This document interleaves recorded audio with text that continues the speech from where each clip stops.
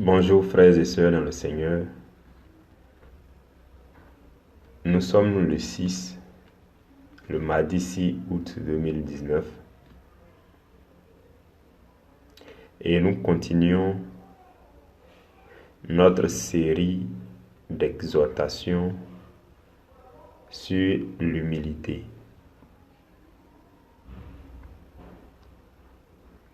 Le sous-thème qui nous est proposé aujourd'hui, c'est « Imitons notre plus grand modèle d'humilité ». La Bible a mentionné que Moïse était le plus humble de tous les hommes qui ont vécu dans l'Ancien Testament. Mais avec le Nouveau Testament, notre Seigneur Jésus-Christ nous a démontré un modèle d'humilité qui est le modèle le plus saint. Et c'est ce que nous allons voir aujourd'hui. C'est pourquoi je vais te demander de disposer ton cœur afin qu'ensemble, nous puissions méditer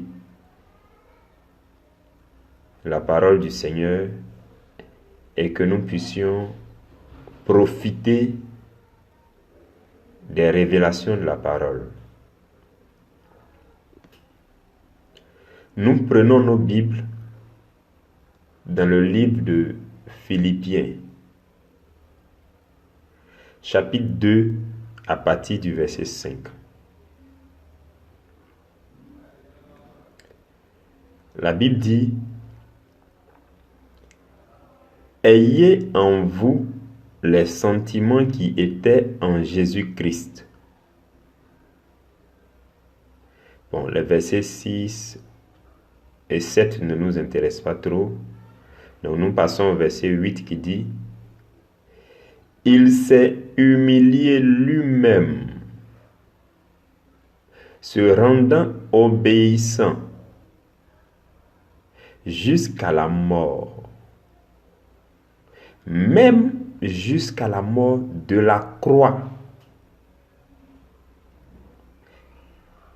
Et au verset 9, « C'est pourquoi aussi Dieu l'a souverainement élevé et lui a donné le nom qui est au-dessus de tout nom, afin qu'au nom de Jésus, tout genou fléchisse dans les cieux, sur la terre et sous la terre, et que toute langue confesse que Jésus-Christ est Seigneur, à la gloire de Dieu le Père. » Frères et sœurs, voici la parole qui nous est proposée pour méditation. Et lorsque vous regardez déjà la structure des versets que nous venons de lire, vous allez voir que au verset 5, Paul fait une recommandation.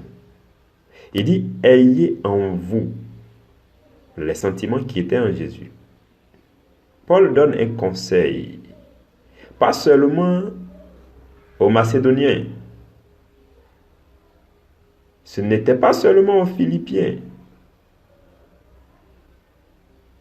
mais c'est à toutes les générations qui vont venir par la suite jusqu'à toi et à moi. Il nous fait cette recommandation et il dit: « Ayez en vous les sentiments qui étaient en Jésus-Christ. » Et après cette recommandation, à partir du le verset 8 va traduire la façon dont Jésus a été obéissant. Ensuite, le verset 9 va parler de la récompense après cette obéissance. Et le verset 10 et le verset 11 vont nous dire ce qu'est devenu le nom de Jésus par la suite. Et si vous poursuivez la lecture dans ce chapitre, vous allez voir qu'au verset 12, il est dit « Ainsi ». Ainsi pour venir dire que nous aussi, nous devons faire comme ce que Jésus a fait. Dans la Bible, tout ce qui est les petits mots, les conjonctions de coordination, les mots de liaison, tout ça, tout est très important. Parce que, voyez qu'au verset 5, il dit, « Ayez en vous les sentiments qui étaient en Jésus-Christ. » Et après, il parle, il explique quels étaient les sentiments qui étaient en Jésus-Christ. Comment il s'est humilié. Qu'est-ce qui en a été la récompense. Et qu'est-ce qui est devenu son nom aujourd'hui. Il finit d'expliquer, il dit, ainsi.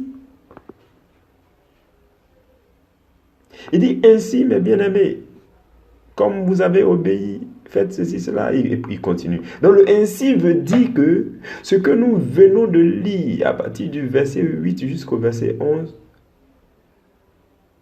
nous devons en faire de même. Donc, revenons au verset 8. Le verset 8 dit que Jésus s'est humilié lui-même. Et à partir de cette phrase, nous pouvons comprendre que soit nous-mêmes, nous pouvons nous humilier nous-mêmes, ou bien quelque chose d'autre peut nous humilier. Et quand quelque chose d'autre nous humilie en général, contre nos attentes, on parle d'humiliation, il a été humilié, ceci, cela. Mais en fait, c'est parce que c'est quelque chose d'autre qui vous a humilié que c'est devenu désagréable. Sinon, lorsque c'est vous-même qui décidez de vous humilier, c'est un très grand sacrifice. Et c'est ce que Jésus a fait. La Bible dit, il s'est humilié lui-même, se rendant obéissant jusqu'à la mort. Obéissant jusqu'à la mort parce que il n'a point renoncé à la mission divine. Malgré les attaques de Satan, malgré les persécutions, Jésus n'a point renoncé. Il a passé toute sa vie terrestre à obéir à Dieu. Jésus pouvait dire, je ne fais rien de moi-même, mais je fais ce que je vois le Père faire. Il dit, ce que je vous dis, c'est ce que j'entends du Père que je vous dis. Je ne dis rien de moi-même. Donc, il ne faisait rien de lui-même. Et il ne disait rien de lui-même. Voyez un peu ce modèle d'humilité. Obéissant jusqu'à la mort. Même lorsque la mort s'est présentée, Jésus a demeuré obéissant. Rien n'a pu empêcher Jésus d'être obéissant.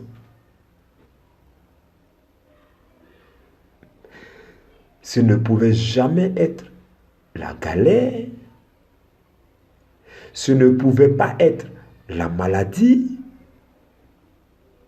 Ce ne pouvait pas... D'ailleurs, il n'a pas connu la maladie. Je parle maintenant pour nous autres.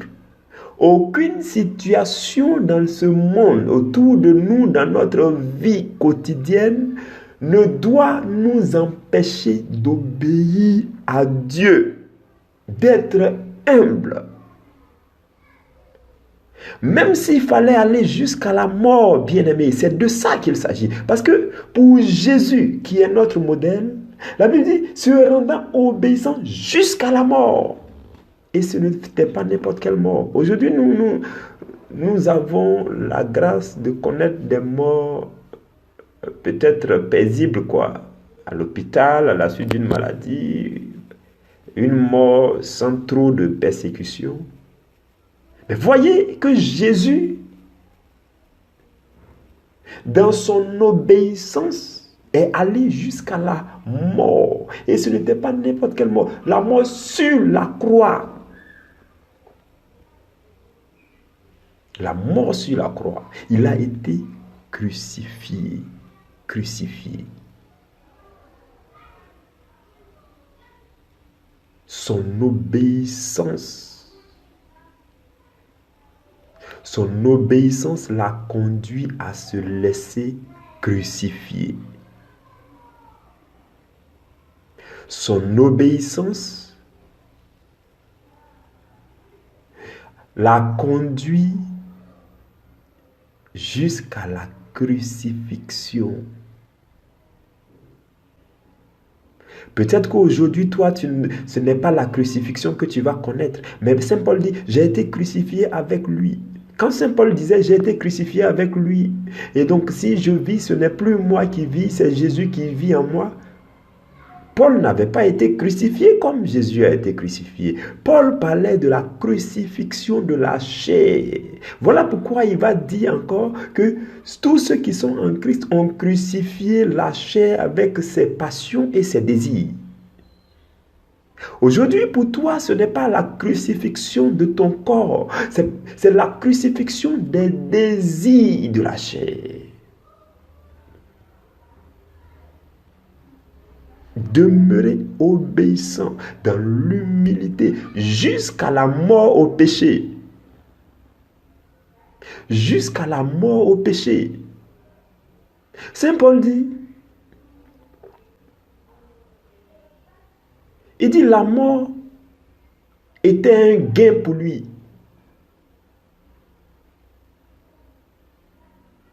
Le fait de mourir au péché, d'être persécuté, et de demeurer obéissant, de tenir tête à la mort, à la persécution, aux souffrances dans la chair, ça lui a valu de gagner un grand prix au ciel.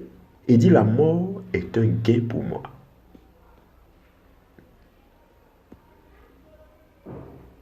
Donc Jésus a souffert la mort de la croix dans l'obéissance, dans l'humilité. Souvenez-vous que quand il s'est présenté devant Dieu dans la prière à Gethsémani, la nature humaine de Jésus s'est exprimée et il a dit à Dieu, toutes choses te sont possibles. Tu peux éloigner de moi cette coupe.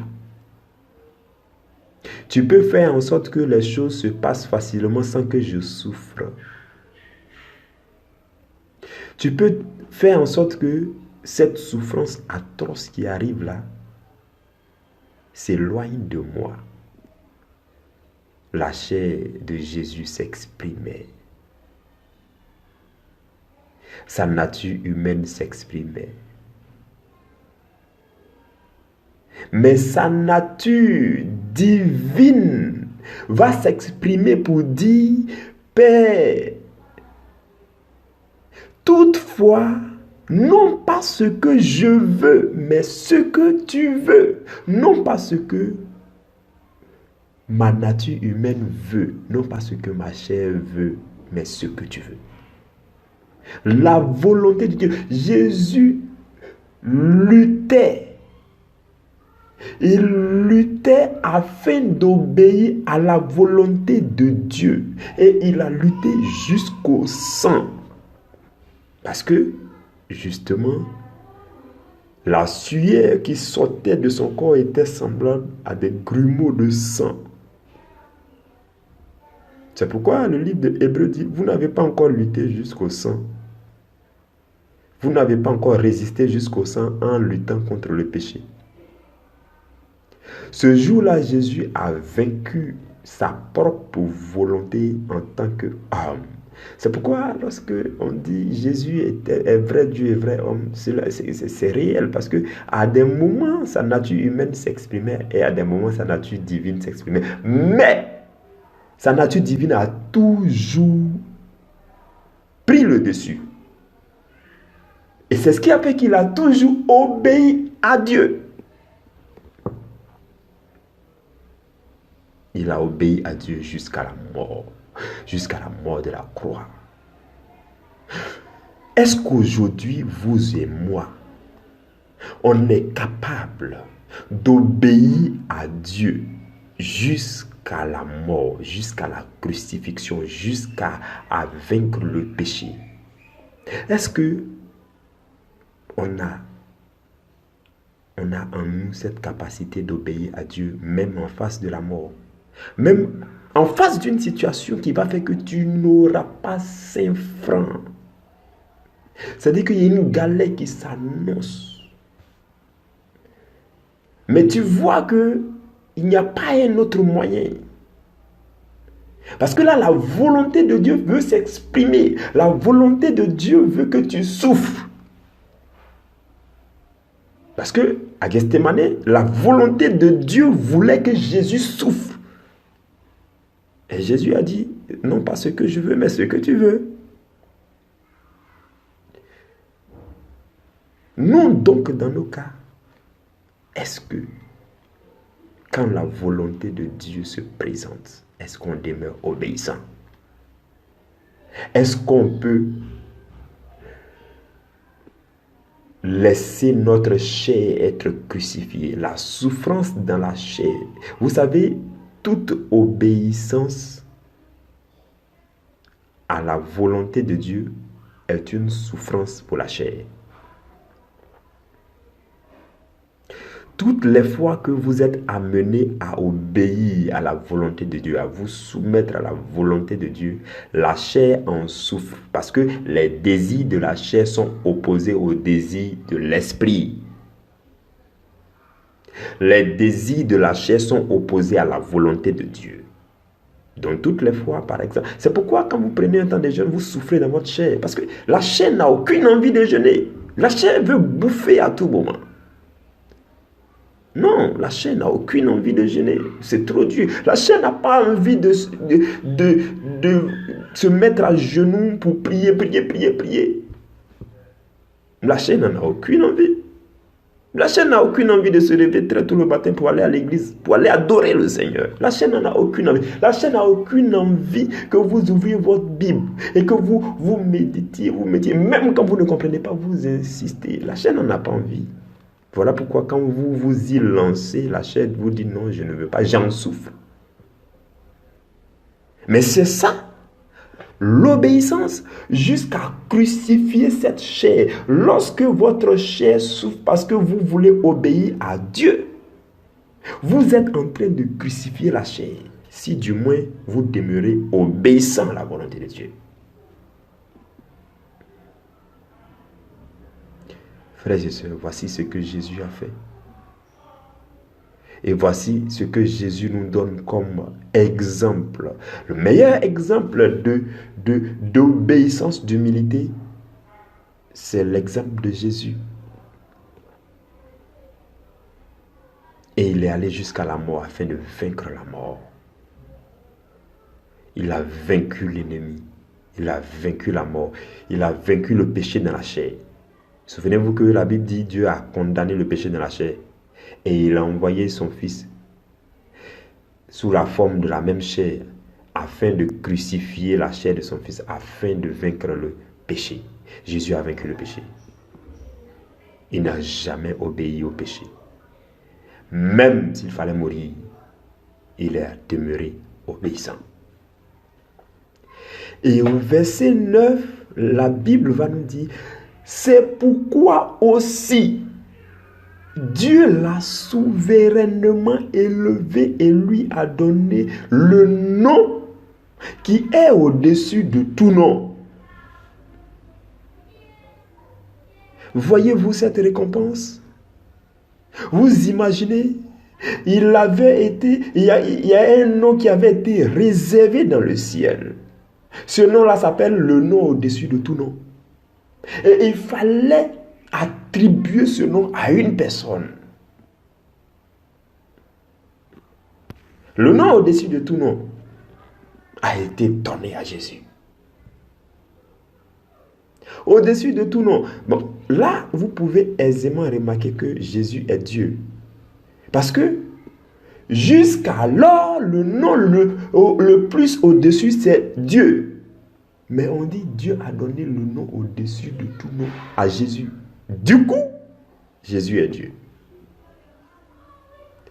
Quelle plus grande récompense.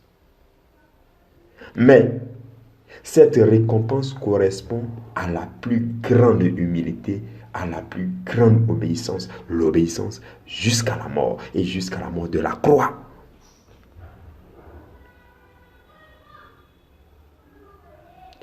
Si Saint Paul nous montre le modèle de Jésus comme exemple à imiter, en disant ainsi, au verset 12, et en disant « Ayez en vous les sentiments qui étaient en Christ » avant d'expliquer, c'est sûrement parce que c'est la clé de l'élévation.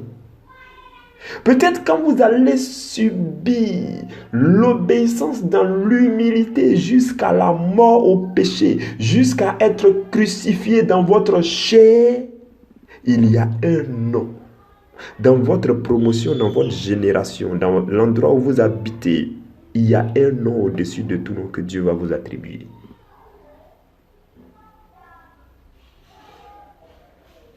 Il y a un nom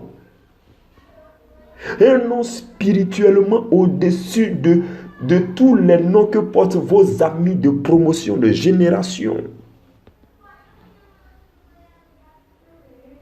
Ce qui va faire que vous aurez ce nom, c'est quand vous allez imiter ce modèle d'abaissement, ce modèle de souffrance, ce modèle d'obéissance, d'humilité, jusqu'à être humilié, même s'il le faut devant tout le monde.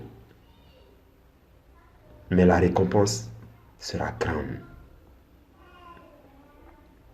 Et la Bible continue au verset 10 pour dire, afin que, au nom de Jésus, tout genou fléchisse. Désormais, à cause de cette grande épreuve d'humilité, cette grande épreuve d'obéissance, désormais, tout genou fléchit au nom de Jésus. Lorsque le nom de Jésus est proclamé, prononcé, annoncé, tout genou fléchit.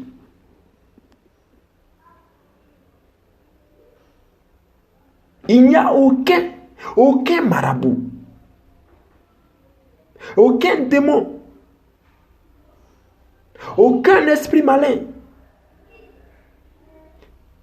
Satan fléchit genoux. Satan et toute sa troupe fléchissent genoux lorsque le nom de Jésus est prononcé, parce que le nom de Jésus est le nom qui a été élevé au-dessus de tout nom.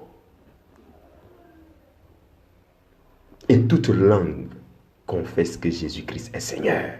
Il est le roi des rois. Il est le Seigneur des seigneurs.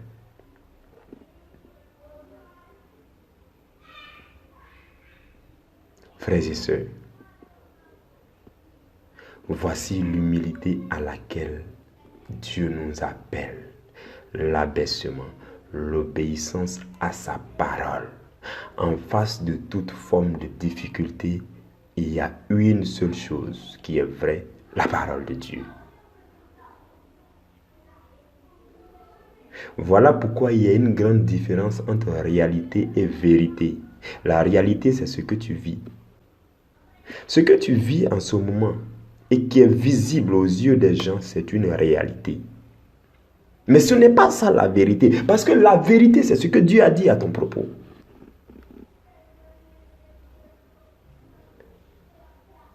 Si nous apprenions à croire en la vérité, au lieu de croire en la réalité, nous serions des gens supernaturels,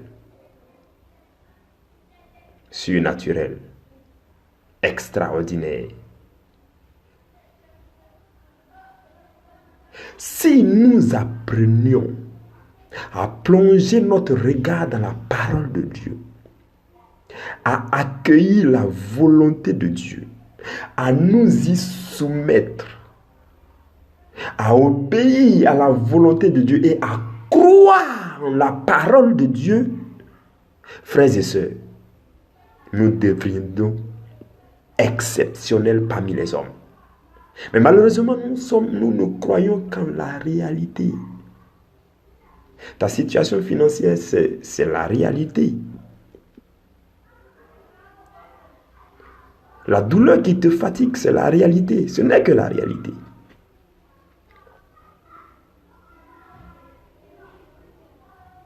Le problème au niveau de la famille, ce n'est que la réalité.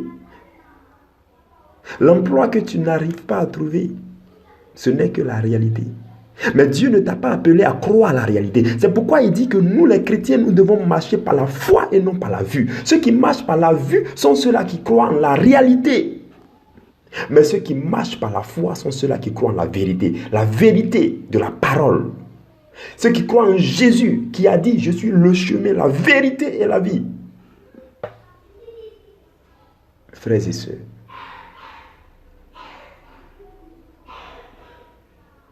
nous allons nous arrêter là pour notre thème d'aujourd'hui. Je rends grâce à notre Seigneur, le roi des rois, le Seigneur des seigneurs, le puissant Dieu.